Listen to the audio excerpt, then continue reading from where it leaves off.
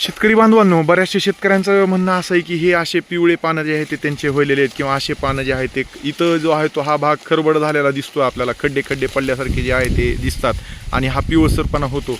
तर बऱ्याच जणांचं काय म्हणणं होतं की म्हणतात की ते जे आहे ते हे त्या ठिकाणी कॅल्शियमची जी आहे ते डिफिशियन्सी आहे. तर आता कॅल्शियमची डिफिशियन्सी आपण म्हणावं तर ऑलरेडी ही जमीन चुनखडीयुक्त आहे, त्याच्यामुळं बघा खालून जर आपण बघितलं तर हे सगळं जे आहे ते चुनखडीमुळं या ठिकाणी सूक्ष्म अन्नद्रव्य जे काही झिंक आणि फेरस आहे तर तोच भेटायला जे आहे ते इथं हे होत नाही. म्हणजे सांगायचा उद्देश की चुनखडीच्या शेतामध्ये सुद्धा हा दिसतोय. तर हे कॅल्शियममुळं होतं आहे हे असं आपल्याला म्हणता येणार नाही, किंवा डिफिशियन्सी आहे असं म्हणता येणार नाही. ह्याच्यात एक असू शकतं की ह्याच्यामध्ये बोरॉनची डिफिशियन्सी जी आहे ते आपण या ठिकाणी म्हणू शकतो. आता दुसरा आणखीन एक विषय आहे की फ्युझरियममुळं जी काही होणारी जी काही महत्त्वाची म्हणजे आता वातावरण बघा ढगाळ आहे. ही किती दिवस झालं तुमच्या गावातलं वातावरण पाऊस पडायला चालू झालं, कधीच चालू झाला जूनपासून, आणि ढगाळ वातावरण किती दिवस आहे तुमच्या गावात? 8 दिवस झालं कंटिन्यू ढगाळ वातावरण आहे ना.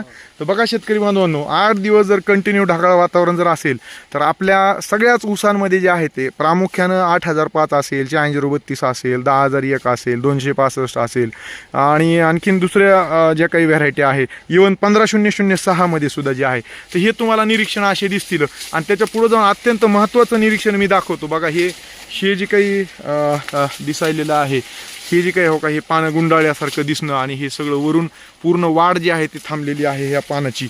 बघा सगळंच हे पान एकदम बारकं राहिलं ह्या ऊसाचं. आणखीन वाटलं तर थोडंसं मी खाली घेऊन दाखवतो की हे जे आहे हे सगळी वाढ जी आहे ते थांबलेली, आणि या ठिकाणी अशा पद्धतीचं हे खड्डे खड्डे पडल्यासारखे जे दिसत आहेत हे बोरॉन डिफिशियन्सीसारखं. हा जो आहे तो डिफिशियन्सीपेक्षा हा जो आहे हा फ्युझरियममुळं जी काही आपण बोक्काबोईंग रोग म्हणतो तर तसं वातावरण आता तयार झालेलं आहे, आणि या वातावरणामुळं ह्या वातावरण निर्मितीमुळे या ठिकाणी जे आहे ते हा पोक्काबोईंग आपल्याला दिसायला जे आहे ते सुरुवात झाली. यासोबत आणखीन एक मी दाखवेन, या ठिकाणी सुद्धा त्याचा प्रभाव जास्त दिसतोय. त्याच्या पुढे जाऊन आणखीन एका ठिकाणी आता त्याच्यापेक्षा आणखीन जास्त या ठिकाणी आपल्याला ही पूर्णपणे वाढ थांबलेली, आणि हा सगळा वरचा भाग जो आहे तो अशा पद्धतीने नष्ट झाल्यासारखाला आपल्याला दिसतो. आणखीन थोडेसे जास्त जवळून मी या ठिकाणचे निरीक्षण जे आहे ते दाखवेन. तर हा जो आहे हा पोक्काबोईंग रोग आहे, आणि हा वातावरण बदलाचा परिणाम आहे. आणि ह्याच्यामध्ये एक आहे की काही उपाययोजना नाही बंद केल्या तरीसुद्धा मनानं हा जो आहे तो कंट्रोलमध्ये येतो. पण प्रादुर्भाव जर जास्त वाढला किंवा तसं वाटायला आपल्याला सतत ढगाळ वातावरण राहिले आणि त्याच्यामुळे आपलं नुकसान जास्त होण्याची शक्यता आहे. आता इथं फक्त 2 ऊसाला हे दिसतंय, पण समजा पुढं जर असं वाटलं भविष्यात आणखीन आपलं ह्याच्यामुळं वाढ खुंटलेली आहे किंवा नुकसान होईल असं जर वाटत असेल तर त्या ठिकाणी ड्रोनच्या साहाय्यानं जे आहे ते आपण फवारणी करावी. आता ड्रोन भरपूर उपलब्ध झालेत, अक्षरशः 300 रुपये 350 रुपये प्रति एकर याप्रमाणे सुद्धा ड्रोन उपलब्ध झालेले आहेत.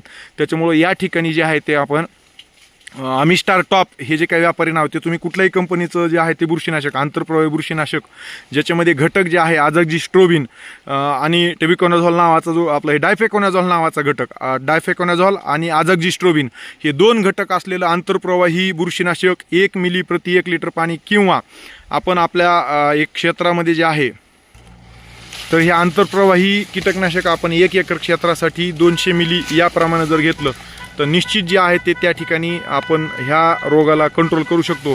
यासोबतच इतर ज्या व्हरायटी आहेत त्याच्यामध्ये तांबेरा 265च्या सगळ्या क्रॉसमध्ये तांबेरा येतो, दिवन 10001 मध्ये तांबेरा येतो, तर त्याचं सुद्धा कंट्रोल ह्याच्या माध्यमातून ह्या फवारणीच्या माध्यमातून होतंय.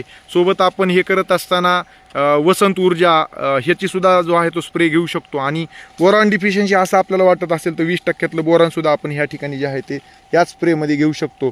आणि काही ठिकाणी अशा पद्धतीच्या ह्या रसशोषक किडी दिसायल्यात तर त्या ठिकाणी निओनिकोनाइड ग्रुपमधलं जे काही थायमेथॉक्झाम आपण म्हणतो, आता हे तसं शिफारशीत नाही आहे. म्हणजे शिफारशीत नाही आहे म्हणजे हे कॉकटेल करणं निश्चितच 100% चुकीचं आहे. पण शेतकरी काय करतात, त्यांचा उत्पादन खर्च कमी करण्याच्या अनुषंगानं काही ठिकाणी असे प्रयोग यापूर्वी झालेले आहेत आणि त्याचे रिझल्ट शेतकऱ्याला आलेले आहेत.